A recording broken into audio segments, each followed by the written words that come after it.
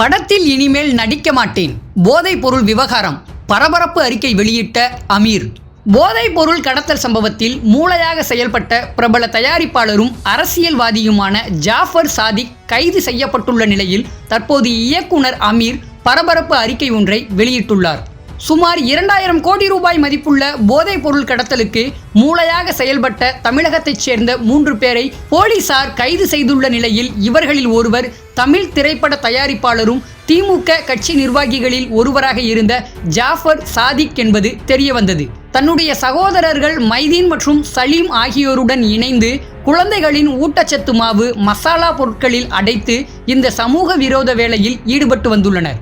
இந்த தகவல் திரையுலகில் ஒருபுறம் பரபரப்பாக பேசப்பட்டு வரும் நிலையில் இந்த சம்பவம் குறித்து இயக்குனரும் தயாரிப்பாளருமான அமீர் பரபரப்பு அறிக்கை ஒன்றை வெளியிட்டுள்ளார்.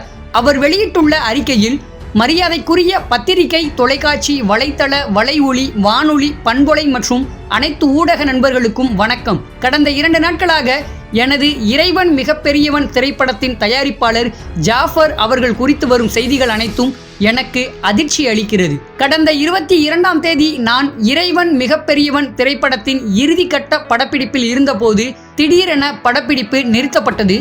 ஏன் படப்பிடிப்பு நிறுத்தப்பட்டது, என்னை சுற்றி என்ன நடக்கிறது என்பதை ஊடகங்கள் வாயிலாகவே நான் அறிந்து கொண்டேன்.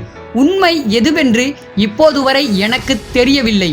எதுவாயினும் செய்திகளில் வரும் குற்றச்சாட்டுகளில் உண்மை இருக்குமேயானால் அது கண்டிக்கப்பட வேண்டியதும் தண்டிக்கப்பட வேண்டியதுமே. நடிகர்களோடும் தயாரிப்பாளர்களோடும் சமரசங்களுக்கு உட்பட்டால் நிறைய பணம் சம்பாதிக்கலாம் என்ற கொள்கைக்கு நான் எப்போதும் எதிரானவன் என்பதை ஊடகத்துறையினர் நன்கு அறிவர். அந்த வகையில் சட்டவிரோத செயல்களில் எவர் ஈடுபட்டிருந்தாலும் அவர்களுடன் நான் தொடர்ந்து பணியாற்றப் போவதில்லை என்பதை தெரிவித்துக் கொள்கிறேன். தற்போது நான் பத்திரிகையாளர்களை வழக்கமாக சந்திக்கும் எனது அலுவலகத்தில் திரைப்பட பணிகளில் ஈடுபட்டு கொண்டிருக்கிறேன். முழு விவரங்கள் தெரிந்த பிறகு விரைவில் பத்திரிகை மற்றும் ஊடகத்துறையினரை சந்திக்கின்றேன் என தெரிவித்துள்ளார். ஏற்கனவே பல பிரச்சனைகளை சந்தித்து வரும் அமீர் தற்போது புதிய சிக்கலில் மாட்டியுள்ளார். இந்த படத்திலிருந்து விலகுவாரா அல்லது தொடர்ந்து படத்தை எடுத்து முடிப்பாரா என ரசிகர்கள் கேள்வி கேட்டு வருகின்றனர்.